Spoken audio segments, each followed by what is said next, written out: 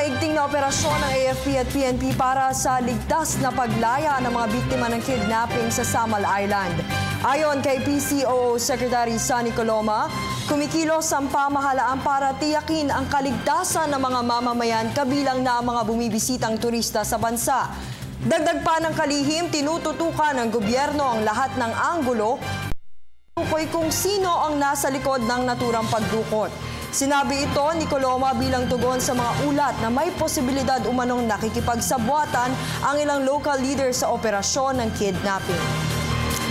The AFP and the PNP are relentlessly working on pursuing those behind the abduction while ensuring the safe return of the captives to their respective families. Yan po ang focus ng ating isinasagawa sa kasalukuyan kapag natunto na po yung kanilang sitwasyon at